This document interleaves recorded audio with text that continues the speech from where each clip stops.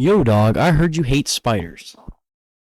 So anyways, here's a game about one. Choo Choo Charles is a game about Thomas the Tank Engine's son, who he doesn't ever talk about and doesn't ever visit. This lack of masculine presence in his life led to him becoming insane and coping by eating people. Your role in this is playing as an unnamed archivist who gets invited to an island by an old man. Oh no. To assist him in dealing with the problem. Honestly, justified. I wouldn't want to deal with a spider alone either. He is also bug-eyed and has a really long neck. Wait, he's not an alien, is he? After meeting up with him, he shows us an old train he found with a rear-mounted 30 cal attached to it.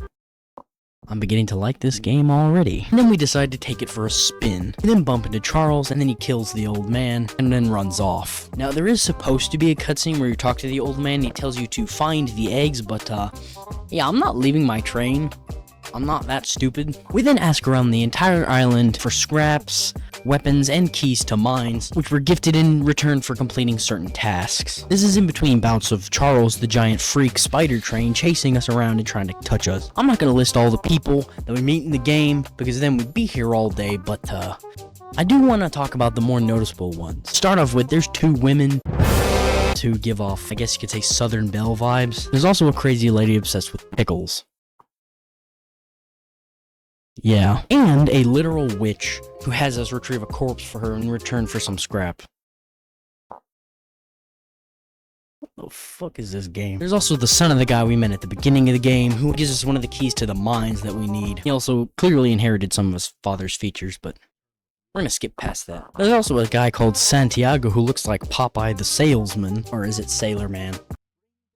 I don't know. And two hillbilly looking dudes who look like they either make good barbecue or good whiskey. One of them gives us some scrap, and then the other gives us a rocket launcher. This game just keeps getting better. There's also a fat lady with a dead husband, and an army vet who burned his own house down trying to make a flamethrower.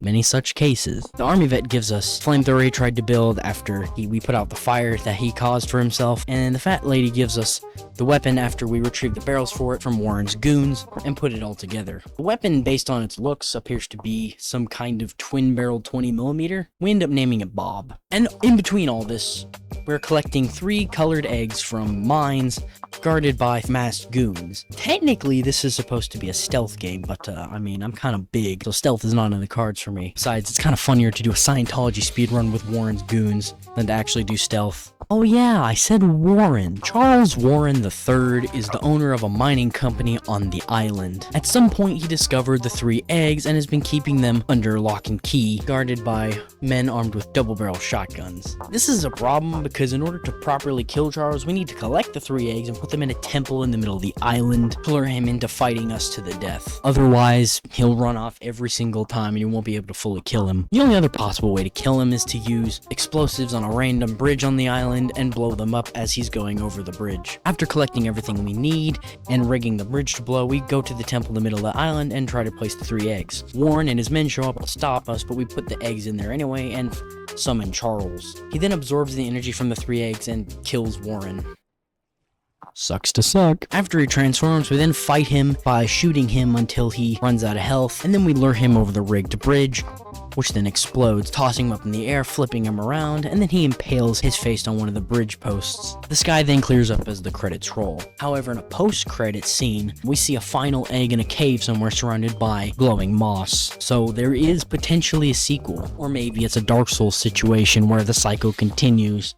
But then, how does the old man come back? I don't know. Who knows? Who even cares? It's a game about killing a spider. Don't overthink it. At the end of the day, all I can say is don't mix your DNA with other species, or else you'll end up creating a freak who wants to kill everybody.